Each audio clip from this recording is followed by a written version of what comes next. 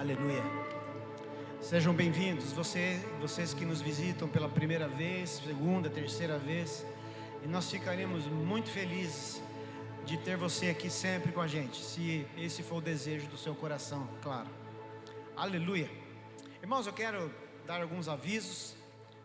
O primeiro é que domingo que vem, hoje já é o domingo de Páscoa, e nós estamos num culto especial. Você vê que a mesa aqui está arrumada diferente. Nós vamos ter uma ceia um pouco diferente hoje. E é um culto diferente, né? Nós vamos ter 2 domingos aí especiais para marcar essa data, né? Hoje, como eu disse, e domingo que vem nós teremos o nosso especial de Páscoa, né? Está sendo preparado com muito carinho, com muita excelência, e vai ser uma grande bênção. Então domingo que vem, dia 12, esteja aqui. Chame alguém para estar aqui com você. Chama um vizinho, chama um irmão seu, um parente seu. Convida ele para estar aqui, para participar de uma noite que vai ser uma grande bênção, eu tenho certeza. O segundo aviso é que nós estamos chegando na nossa terceira conferência Desperta, nossa conferência 2026. Conferência Desperta vai acontecer do dia 23 ao dia 26 de abril. É daqui a algumas semanas, então está chegando. Lá na entrada você deve ter visto que nós temos um totem lá. E lá no totem tem a arte anunciando essa conferência com um QR Code.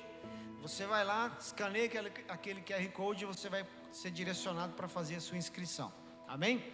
Muito simples, muito acessível. Nós vamos receber na nossa igreja os pastores Fernando Mardegan, que é pastor da Igreja Metodista de Corbélia, juntamente com a sua esposa, a pastora Márcia Mardegan, ambos escritores de livros. O pastor Fernando Mardegan faz uma live toda manhã às 6h59, né? Uma live, a família 659, acabou virando devocional, né? Muita gente comprou o devocional do pastor Fernando Mardegan. Nós temos muito material dele aqui e da esposa dele aqui para vender aqui na nossa livraria. Eles já estiveram aqui, a Márcia já esteve aqui, né? Os dois já estiveram aqui. Bênção, são um casal muito abençoado, tem sido tremendamente usado lá em Corbélia, e eles vão nos abençoar na nossa conferência aqui também. E nós também teremos um outro casal de pastores, e eu ia falar um casal de Cascavel, fica meio estranho, né? É um casal de pastores de Cascavel. Pastor Samuel Pastor Samuel Gomes e a pastora Meres Gomes. Eles são pastores da INA de Cascavel, né? Talvez você já deve ter ouvido falar da INA Londrina, lá do Drops. Eles são da mesma igreja, são pastores da INA, só que aqui de Cascavel. E eles também vão estar aqui com a gente. Também estarão aqui conosco o Vertical Music, que são os nossos irmãos aqui da Água Viva de São Miguel. Eles lançaram já algumas músicas, inclusive na conferência Desperta do ano passado. Eles estiveram aqui, lançaram música nova, e agora tem música nova também, e eles vão lançar aqui com a gente. A gente vai ter o privilégio de compartilhar desse momento que Deus tem gerado ali naquele ministério tão abençoado. Amém? Vai ser uma grande bênção. Irmãos, eu preciso reforçar para você: quando a gente prepara uma conferência, nós pensamos principalmente na igreja local. Nós não queremos necessariamente apenas um movimento, fazer um alarde para dizer, nós estamos fazendo uma conferência. Não, nós estamos pensando em um momento para a edificação da igreja. Amém? Então esse tempo vai ser muito precioso para todos nós. Último aviso da noite é que depois do culto nós vamos ter a nossa cantina de novo aqui. Amém? Então a hora que terminar a nossa celebração, já sai ali em direção ao Kids, para você comprar o seu lanche ali, e vai ser muito bom. Aleluia. Eu quero que você abra a sua Bíblia lá em Êxodo capítulo 33.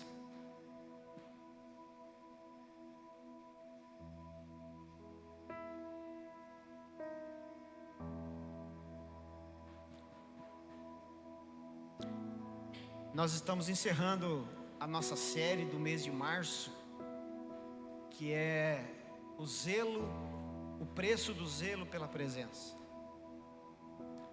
Sabe, irmãos, eu estava conversando ontem, a gente estava tomando um café lá com o Marciano e com a Fran, no final do dia ontem, e a gente estava conversando, né? Esses temas todos, a gente vai buscar a direção de Deus já ali por novembro. A gente começa a entrar na presença do Senhor, pedindo a direção quanto ao tema do ano. E depois que Deus dá o tema do ano, a gente vai buscando a direção para os temas do mês, e depois os temas da semana. E Deus, Ele vai dando uma direção, Ele vai derramando sobre nós esses assuntos com as bases bíblicas, mas a gente não tem a mínima noção em que contexto essas palavras serão ministradas.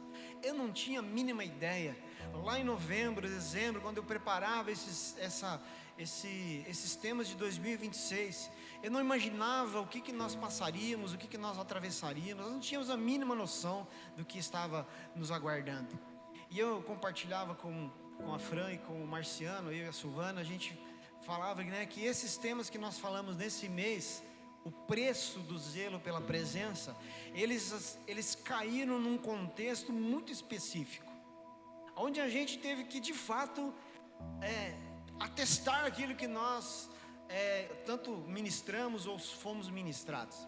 Então eu creio que Deus tem falado com a igreja, conosco, comigo. A pregação, eu abro meu coração para você. Quando a Silvana pregou sobre a prisão, eu falei para ela em casa: amor, você pregou para mim hoje.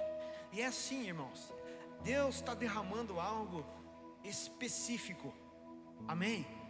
Então, se você consegue ter alguma coisa aí na sua mão agora para você anotar, eu sugiro que você pegue o seu celular, o seu bloco de notas, um papel qualquer aí, uma caneta na mão, para você não desperdiçar aquilo que Deus vai derramar aqui nesta noite. Êxodo 33, versículo 14 e 15. Disse, pois, irá a minha presença contigo para te fazer descansar. Então lhe disse: se a tua presença não for conosco, não nos faça subir daqui. Feche os teus olhos mais uma vez. Senhor, nós estamos completamente à mercê da sua direção, autoridade, vontade. Nós cremos que ela é perfeita, então cabe a nós aqui nos sujeitarmos a ela. E nós te pedimos, Senhor, manifesta o teu Espírito Santo neste lugar, para que Ele faça uma obra transformadora na vida de todos nós aqui, Senhor. Não permita, Senhor, que nós saiamos daqui da forma como nós entramos, mas que sejamos afetados, com as nossas realidades afetadas, com as nossas crises afetadas. Deus, faça algo novo neste lugar, em nome de Jesus, amém. Nós vimos no primeiro tema do mês, nós falamos sobre Daniel, cova dos leões. Daniel pagou um preço pelo zelo da presença. Daniel, a única forma dele se livrar da cova de leões seria parar de orar, deixar de orar. Mas Daniel não se dobrou, ele não cedeu, ele continuou fazendo o que ele sempre fazia, mesmo sabendo os riscos que corria, e tanto que ele foi pego em flagrante orando ao Senhor, e ele foi parar numa cova de leões. Sadraque, Mesaque, Abednego, na segunda semana nós falamos sobre a fornalha, porque eles não se dobraram perante uma imagem para adorá-la, eles foram lançados dentro de uma fornalha, foram livres. Daniel foi livre, esses três amigos de Daniel também foram livres. Na terceira semana nós falamos sobre a prisão. A pastora Silvana trouxe essa palavra, falou sobre José, porque José não abriu mão da sua integridade moral e espiritual, não entrou na conversa da mulher do seu patrão, e ele foi preso. Semana passada nós falamos sobre os fracassos, nós falamos sobre a história de Jó. Jó perdeu tudo que tinha, e foi no meio desse fracasso todo que ele conseguiu experimentar de um nível de profundidade maior da presença de Deus. Ou seja, nós falamos em todos esses 4 temas, nós falamos de coisas que são fáceis de identificar, que são coisas que nós sabemos ou saberíamos exatamente qual deveria ser, qual deve ser o nosso posicionamento. Eu sei que eu não posso deixar de orar, eu sei que eu não posso me curvar perante outros deuses, eu sei que no meio dos meus fracassos eu preciso honrar a Deus. Eu sei que mesmo estando vivendo um processo de injustiça, como foi o de José, eu preciso manter a minha integridade perante o Senhor. Agora, e é o tema de hoje. E quando se trata de algo que é legítimo, E quando se trata de algo que é dado por Deus, que é oferecido por Deus, veja, Moisés está aqui numa conversa com Deus, e para nós entendermos o contexto dessa conversa, Deus está falando com Moisés, que era o líder daquele povo. Milhões de pessoas acampadas no deserto, saíram de um contexto de escravidão no Egito. Eles estavam subjugados ali a um trabalho exageradamente pesado. Faraó trouxe uma sobrecarga de trabalho sobre eles. Eles começaram a se multiplicar ali no Egito, e isso provocou um temor ali nos egípcios. Eles começaram a conversar entre si: escuta, se nós não dermos um jeito aqui, esse povo ele vai se tornar tão numeroso ao ponto de um dia eles vão tomar esse país para eles. Então eles resolveram escravizar, e escravizar mais ainda, aumentando a carga de trabalho. Então Deus levanta Moisés, tira aquele povo do Egito, e eles estão no meio do deserto, caminhando para a terra que Deus havia prometido. Eles estão indo em direção a um lugar que Deus havia preparado. Eles não estão perdidos, eles não estão vagando, eles não estão sem rumo, eles estão sendo guiados por Deus. Mas no entanto, apesar de tudo isso, eles estão lá no deserto, mas eles estão olhando para trás, lembrando daquilo que eles comiam no Egito. Eles estão comparando a comida que eles tinham ali no deserto, e é evidente que deserto é um lugar de escassez. O deserto não é um lugar desejável por ninguém, ninguém quer ir no deserto.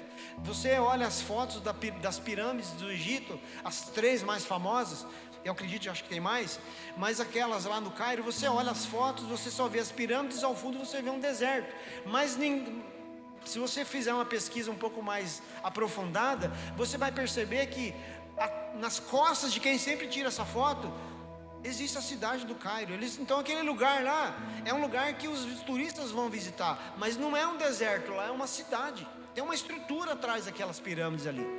É um lugar, é um roteiro, é um destino. Ou seja, deserto por si só não é um lugar desejável. Não é um lugar onde alguém queira estar por um período. É um lugar difícil, escasso, extremo, calor de dia, frio à noite. Então Deus manda uma coluna de fogo para aquecer o arraial à noite, e uma nuvem de dia para fazer sombra sobre o acampamento daquele povo. Deus fazia jorrar água das rochas. Deus mandava maná cair do céu para que eles pudessem comer. Deus mandava codornizes voar embaixo para que eles pudessem capturar e comer carne. Mas ainda assim, eles estavam reclamando, eles estavam murmurando: ah, que saudade dos pepinos e dos cebolas e dos alhos lá do Egito. Ah, quem dera estar no Egito, porque lá pelo menos havia um lugar para sermos sepultados, havia um lugar para morrer. Eles queriam um lugar para morrer, mas eles não queriam um lugar para viver, que era um lugar preparado por Deus. Então esse povo se tornou um povo reclamão, murmurador. E é nesse contexto que Deus está tendo essa conversa com Moisés. Moisés, é o seguinte: aquilo que eu falo, eu vou cumprir, porque aquilo que eu começo, eu termino. Eu não deixo as coisas pela metade. Então a minha promessa, eu asseguro, ela vai acontecer. A terra prometida vai ser herdada pelo povo. O meu favor é com você. Tem versão que fala: o meu favor é contigo. Se você for na tradução lá, né, na original, favor, o que é favor? É bênção. Deus está falando para Moisés: as minhas bênçãos vão te acompanhar. A versão que nós lemos aqui irá a minha presença contigo para te fazer descansar. Deus está fazendo uma proposta para Moisés: Moisés, eu garanto para você que você vai ter tudo o que você precisa, inclusive a terra prometida. Mas tem um detalhe: eu não vou junto. Eu não vou junto. Você já parou para pensar qual é o nível da conversa que está acontecendo aqui? Deus está garantindo para Moisés aquilo que eu e você muitas vezes sonhamos, aquilo que para muitas vezes para nós é o combustível de nós estarmos num lugar como esse, as bênçãos. Pastor, é pecado pedir bênção? É óbvio que não. É claro que não. Mas veja, Moisés, ele está ouvindo e veja, Deus não está duelando com o seu próprio caráter. Você pode perguntar assim, mas que história é essa? Que proposta é essa que Deus está fazendo aqui para Moisés? Acontece que Deus, Ele não habita no meio de um povo orgulhoso. A palavra de Deus diz que Ele resiste ao orgulhoso. Ora, onde há orgulho, Deus não está presente. A conta é muito simples. E é por isso que nós precisamos rastrear o nosso coração constantemente, para medir, ver se há em nós algum nível de orgulho. Então Deus está identificando, esse povo é um povo de dura serviço, é um povo teimoso, é um povo obstinado, é um povo orgulhoso, não se dobra, é difícil convencê-los de algo. Então, porque eles são assim, eu não vou junto, mas como eu não minto e eu não mudo, a minha promessa vai se cumprir. Era isso que estava acontecendo. Aí Moisés, ele ouve aquilo e ele entende, óbvio, eu sei, Deus, ele não habita no meio de um povo orgulhoso, ele não negocia isso, isso é inegociável para Deus. Apesar de que o povo tentou sempre, fazer do jeito dele, uma hora lá teve o bezerro de ouro, mas Deus não se dobra a essas coisas. Deus, ele não negocia, ele não duela consigo mesmo. Aí Moisés, ele fala assim: Senhor, se a tua presença não for comigo, eu não saio daqui. É preciso entender, a palavra presença no versículo 14 é a palavra tobé, que é favor, é bênção. Então Deus está prometendo: Moisés, as minhas bênçãos serão garantidas para todos vocês. Mas quando Moisés dá a devolutiva, responde, ele fala: a presença, se a tua presença não for comigo, a presença aqui é cabode, é o peso da glória. Moisés está falando para Deus: Senhor, ok, o Senhor está me prometendo que o seu favor, as suas bênçãos, a sua segurança, a sua provisão, o descanso estarão com todos nós. Mas se o Senhor não estiver aqui comigo, com esse povo, não tem sentido algum nós darmos um passo sequer. Se o peso da sua glória não estiver conosco, nós não sairemos daqui, porque eu prefiro, é o que Moisés está dizendo, eu prefiro estar diante do peso da sua glória do que diante do seu favor, diante das suas bênçãos. Então Moisés, ele está fazendo uma escolha insana. Moisés, ele está colocando de lado, ele está colocando em segundo plano aquilo que muitas vezes eu e você colocamos como a nossa prioridade: as bênçãos. Você lembra aquela música que nós cantamos? Não vim atrás de bênçãos, Senhor, não deves nada para mim. É verdade o que nós cantamos? Será que nós estamos dispostos a abrir mão das bênçãos, ainda que elas venham de Deus? Será que no lugar de Moisés, sabendo que as bênçãos seriam garantidas, mas também sabendo que a presença de Deus não seria mais uma realidade, nós também faríamos a mesma escolha que Moisés fez? Será que nós seríamos tão íntegros como Moisés foi, ao ponto de ser convicto, irredutível e muito claro: eu não saio daqui se eu não esteja comigo?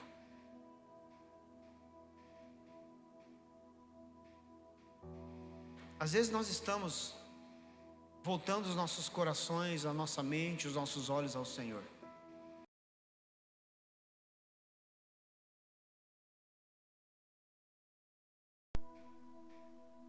Mas muitas vezes Deus vai nos testar, Ele vai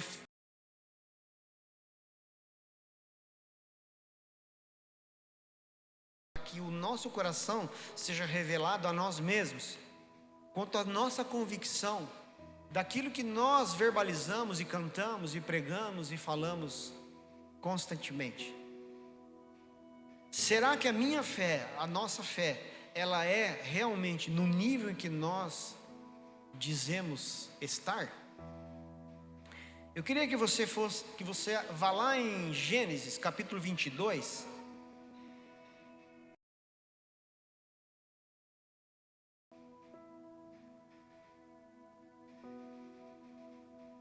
Imagina você se desgastar buscando algo, pedindo algo, e Deus, Ele te dá esse algo. Daí a pouco você recebe esse algo, e assim que você recebe esse algo, Deus pede de volta esse algo. Você seria capaz de entregar? Gênesis 22, versículo 1 e 2. E aconteceu depois dessas coisas, que provou Deus a Abraão. Você acha que Deus, Ele prova as pessoas? Sim, né? Ele está fazendo isso com Abraão. Nós gostamos de provar Deus. O problema é quando Deus resolve nos provar. Lembra de Gideão? Gideão não estava convencido de que ele era chamado por Deus. Então ele começa a fazer alguns testes com o Senhor. Ó, Senhor, se o Senhor é mesmo, o Senhor está me chamando para fazer esse negócio aí, para libertar o povo, né? Molha a pele do animal, mas em volta da pele está seco. No outro dia, ao contrário. E aí vai. Daí chegou um dia, Deus falou assim: agora é minha vez. Agora eu vou provar você, Gideão. Daí ele reúne o exército. Deus vai mandando ele fazer uma triagem. Tem muita gente aí nesse exército, pode tirar. E aí ele vai tirando. E na primeira leva ele já elimina a maioria. E fica 300 homens. É difícil a gente ser testado por Deus, porque Deus, ele vai fundo. Deus está testando Abraão aqui. Depois destas coisas, que provou Deus a Abraão e disse-lhe: Abraão, e ele disse: eis-me aqui. Eis-me aqui. Essa é uma resposta de alguém que está pronto a obedecer. Essa é uma resposta de alguém que está completamente vulnerável. Ele não sabe o que vem. Ele não sabe o que Deus vai determinar. Ele não sabe qual vai ser a próxima ordem. Ele só sabe que ele precisa dizer: eu estou pronto a obedecer. E disse: toma agora o teu filho, o teu único filho, Isaque, a quem amas, e vai-te à terra de Moriá, e oferece-o ali em holocausto sobre uma das montanhas que eu te direi. Volta no capítulo 15, Gênesis 15, do 2 ao 6.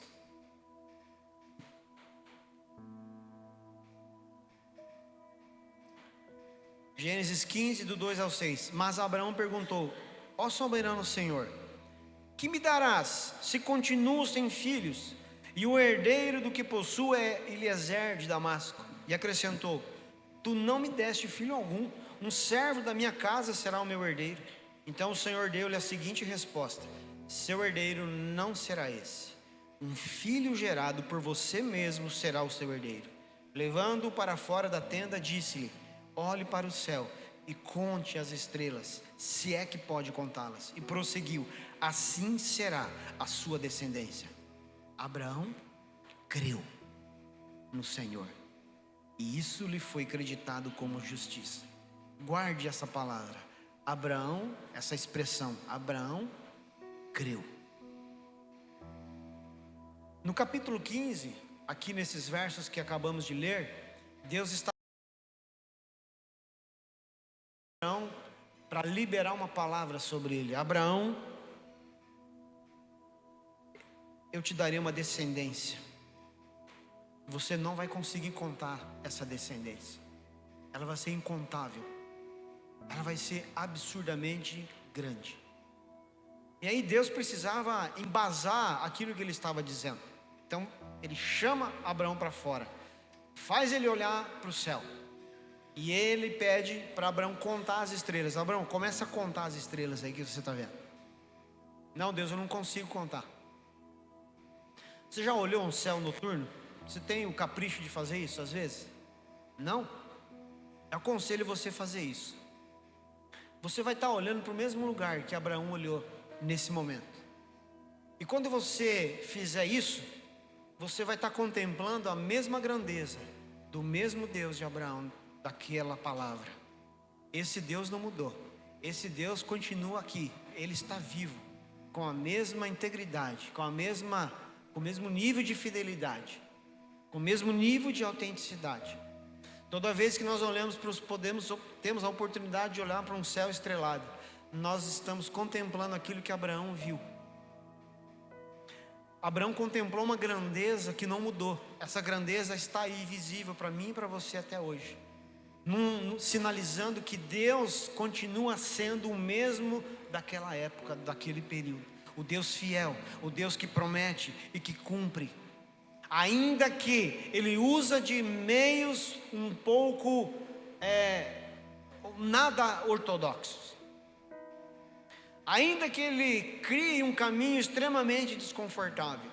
E Abraão está nesse meio aqui, nesse contexto aqui. Havia uma promessa: Abraão, a sua descendência será incontável. Mas aí ele está começando a concretização da promessa, a materialização da promessa. Isaac já era vivo, era o primeiro passo da promessa, daquela descendência numerosa. E Deus vai lá e pede para Abraão entregar o seu filho. A resposta de Abraão a Deus, sem saber o que viria, desconcerta muitas vezes a mim e a você.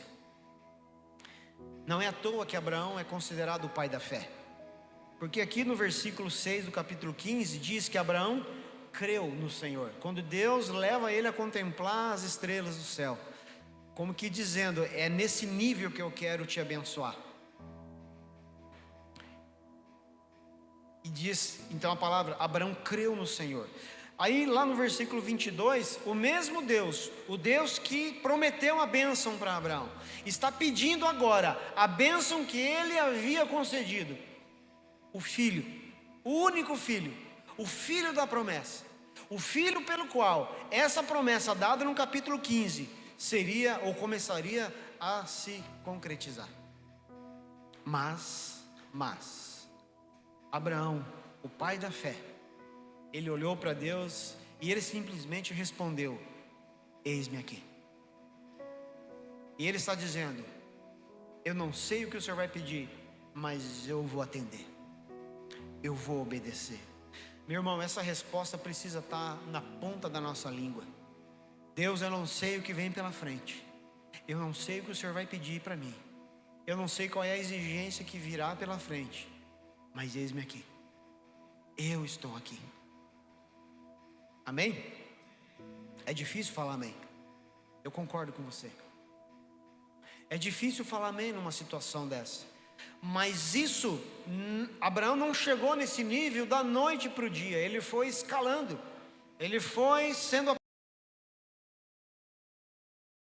Deus dá uma ordem para ele sair da parentela, ele sai da tua terra e da tua parentela, ele sai da terra, mas ele leva parente junto, então ele obedece parcialmente. E aqui, quando ele entrega o filho, ele se propõe a entregar Isaac. Então aqui ele obedece integralmente e num nível absurdamente pleno. Então Deus pede o filho da promessa. Abraão crê no Senhor. Abraão, porque cria no Senhor, ele entrega.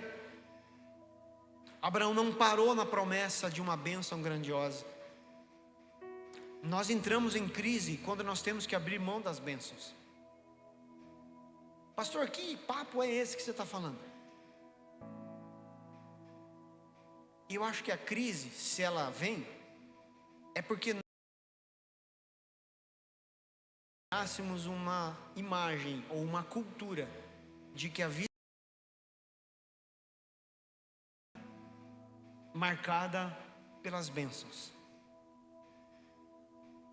Eu repito, é errado ser abençoado? É claro que não. Mas acompanhe o raciocínio. Lá em Deuteronômio capítulo 28, nós não vamos ler, é o capítulo que fala das bênçãos, mas também fala das maldições. E nós gostamos de ficar com a primeira parte do capítulo, aonde fala das bênçãos. Eu acho que ali os 13, 15 versículos primeiros ali.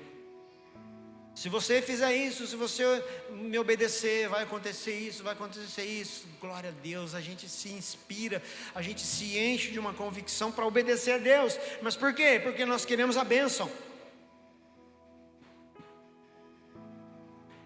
Meu irmão, a bênção não é o objeto da nossa busca. A bênção é fruto de uma experiência maior com Deus. A bênção é uma mera consequência daquilo que eu e você podemos e devemos viver com o Senhor.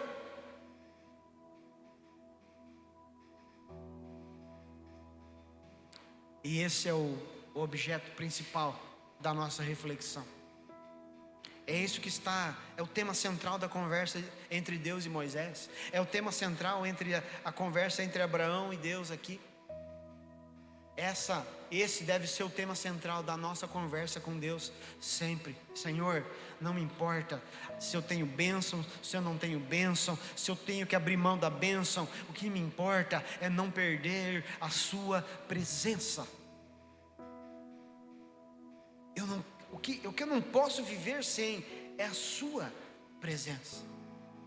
A obediência é um mero reflexo, é uma mera consequência de uma experiência profunda que eu e você temos com o Senhor. Porque eu sou obediente ao Senhor, então eu sou abençoado.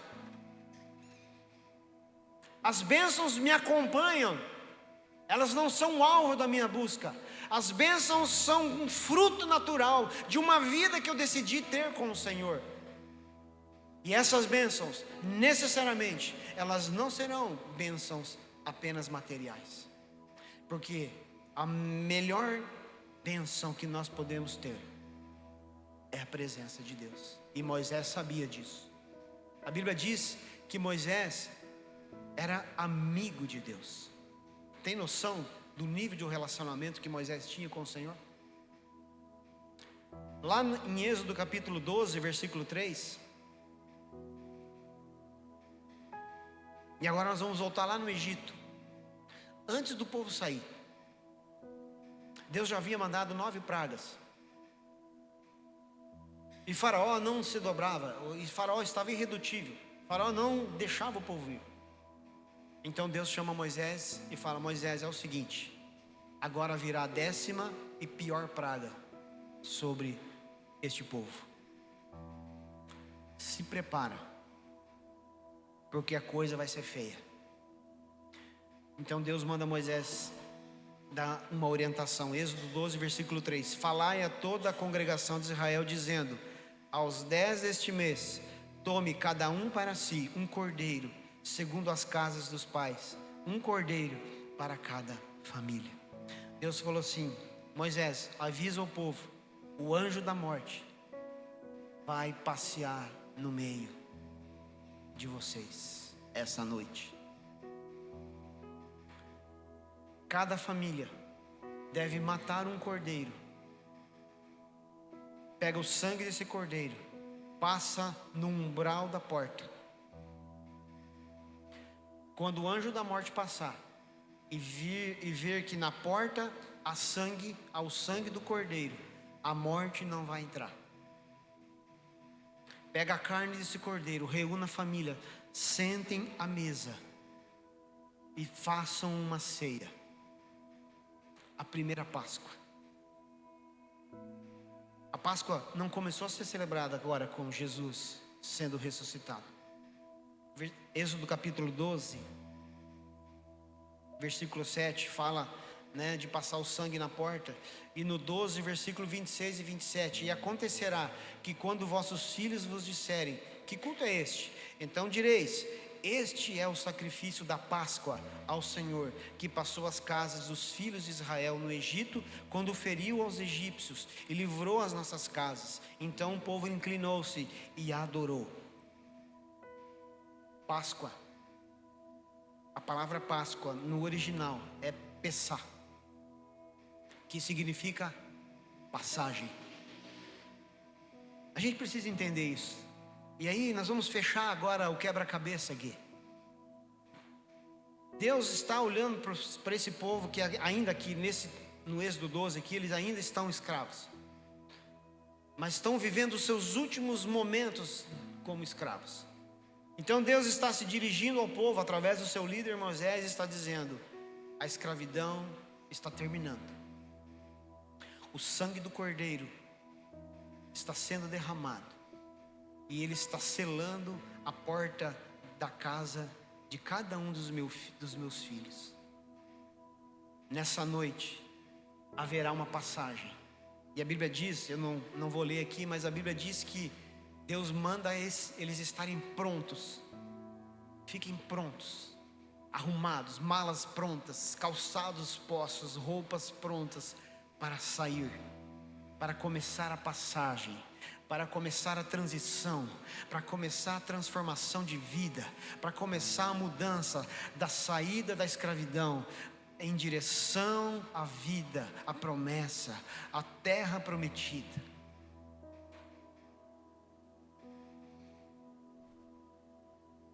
Então eles saem, e eles vão deserto afora. E aí volta no contexto que eu comecei. O povo começou a reclamar.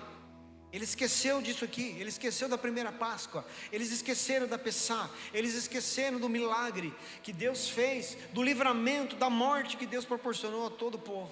Eles começaram a murmurar, eles começaram a reclamar, porque o coração daquele povo estava onde? Na comida, no favor, na bênção, naquilo que eles não tinham, e naquilo que eles deixaram, que ficou no Egito, que eles sentiram saudades da comida, do pepino, dos alhos, das cebolas, até do lugar para morrer, eles sentiram falta, mas deixaram de contemplar aquilo que Deus era.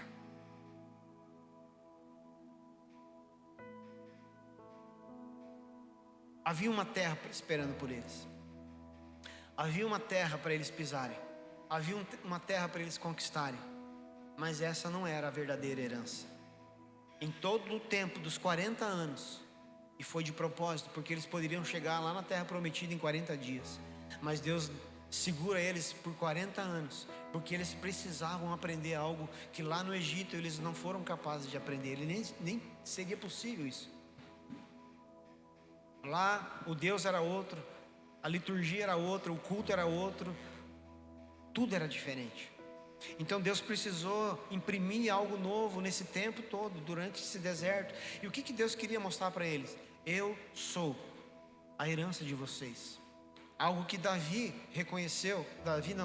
Asaf reconheceu no Salmo 73, 26. O meu corpo e o meu coração poderão fraquejar, mas Deus é a força do meu coração e a minha herança para sempre. Aquele povo, eles estavam murmurando porque eles perderam de vista quem era Deus, o Deus da primeira Páscoa, o Deus do livramento naquela noite terrível para os egípcios. Eles perderam de vista, eles deixaram de olhar para Deus como a sua real herança, como Moisés aprendeu, ao ponto de abrir mão das bênçãos e dos favores de Deus. Deus, eu não estou interessado em favor, eu quero a sua presença. Mas o povo não tinha entendido isso. O povo queria carne, o povo queria pão, o povo queria o conforto, o povo não estava querendo saber de Deus. Aquela mesa, aquela primeira Páscoa, aquela primeira noite, a mesa posta, as pessoas reunidas, as famílias reunidas em volta daquela mesa, aquele cordeiro morto naquela noite, estava fazendo menção a um sacrifício de Jesus Cristo, tantos anos depois, tantos milhares de anos depois. Veja, no primeiro livro da Bíblia, já está falando de Jesus Cristo, o Cordeiro de Deus, que tira o pecado do mundo. E naquela noite as famílias estão em volta daquela mesa, e aquela mesa, ela simboliza uma mensagem de transição, de passagem. Hoje termina o tempo de escravidão, e começa uma nova história no meu povo. Eu quero chamar o pessoal do louvor para estar aqui já posicionado. Esta é uma herança que não se acaba. A presença de Deus é a grande bênção. A presença de Deus é a maior bênção que eu e você podemos ter. E passaram-se os anos, e muitos milhares de anos. Jesus está lá agora caminhando com 12 homens. Ele está investindo a sua vida na vida desses 12 homens.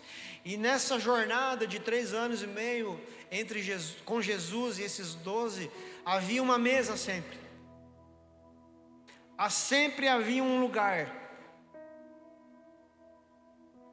para os discípulos assentarem, para aqueles homens ouvirem daquilo que Jesus tinha para dizer, para ministrar, para ensinar.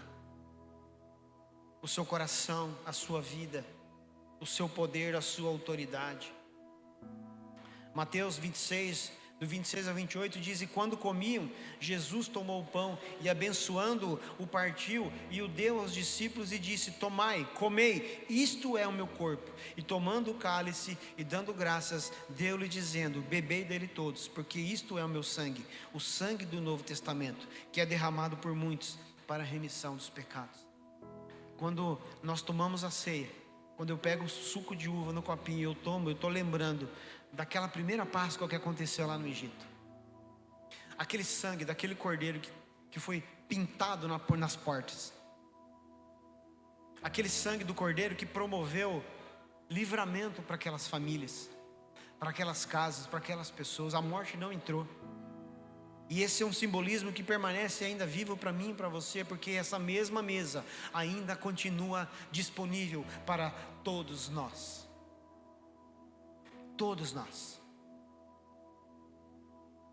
Se você ainda não passou, não literalmente, evidentemente, se você ainda não passou o sangue do Cordeiro nos umbrais da porta da sua vida, das portas do seu casamento, da sua família, você precisa fazer isso. Porque é o único meio de impedir de que a morte chegue, de que o destruidor chegue, de que o diabo toque. Não existe outra maneira, não existe outra forma, apenas essa, de reconhecer em Cristo, de que o seu sangue, ele marca as nossas vidas, trazendo liberdade, trazendo livramento, trazendo vida. É a passagem, é a Pessá, é a Páscoa. Essa é a verdadeira bênção. Essa é a grande oportunidade que o homem tem de desfrutar da presença de Deus de uma forma plena. E eu quero ler o último texto que está em Lucas 14. Nós vamos ler do 15 ao 27.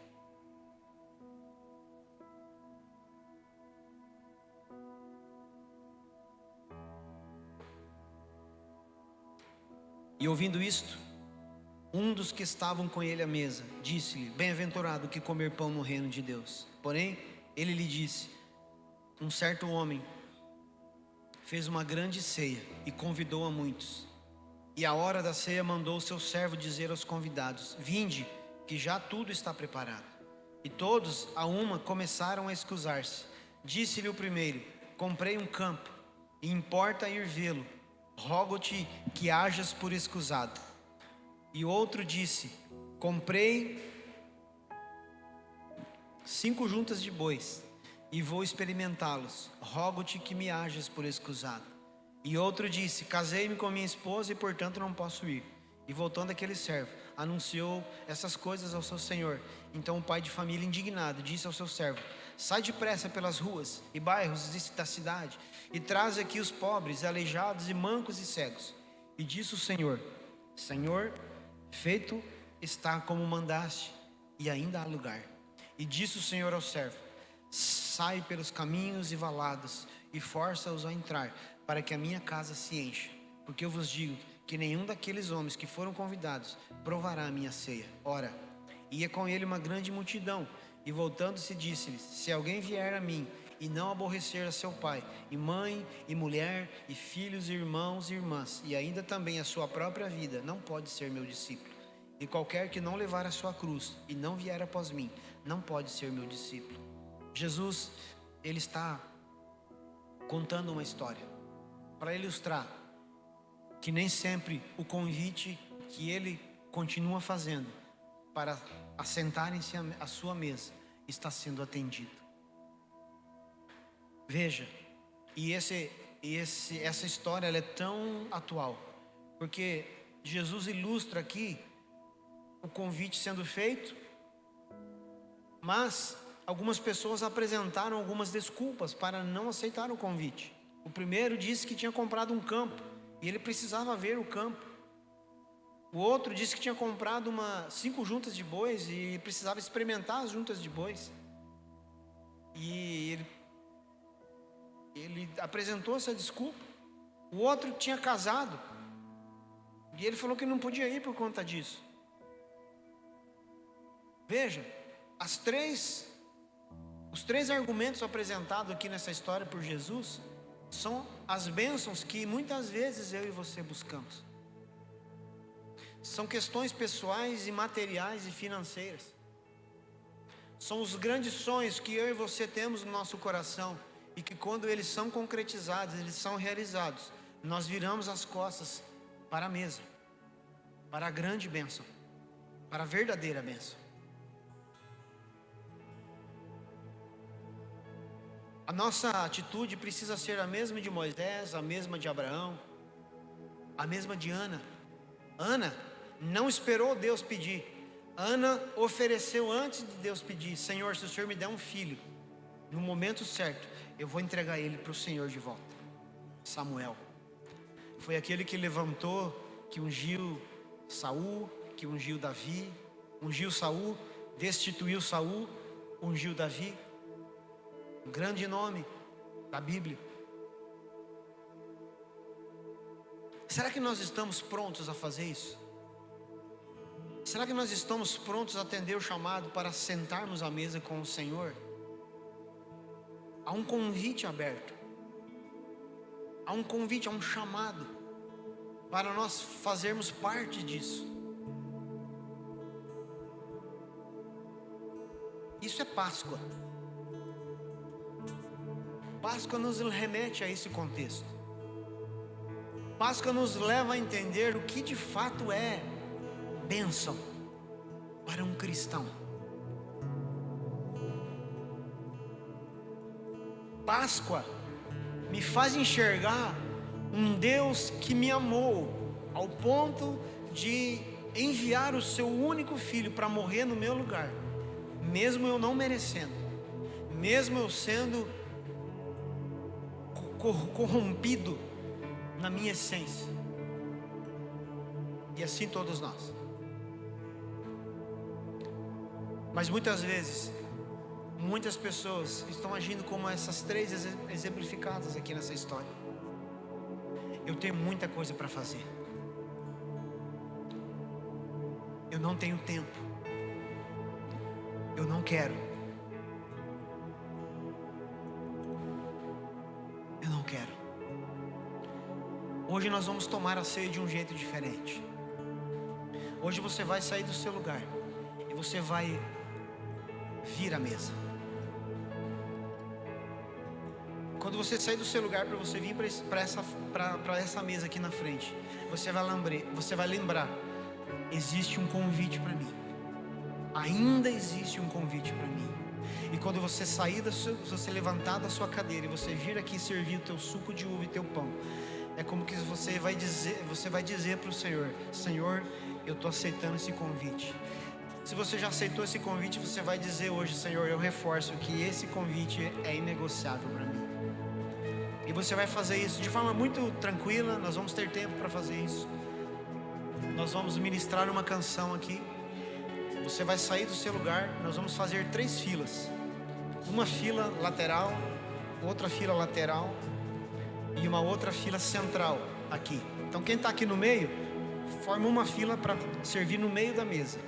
Quem fizer a fila lateral vai servir na ponta da mesa aqui e no outro lado da mesma forma.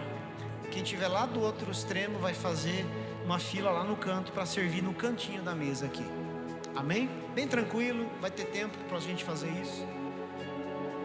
Tenta fazer isso com pessoas próximas a você hoje. Lembra da primeira Páscoa? As famílias estavam reunidas. Elas estavam fechadas dentro das suas casas. E elas estavam juntas celebrando esse momento. O grande milagre a grande bênção, a verdadeira bênção de Deus sobre aquele povo começava a se manifestar.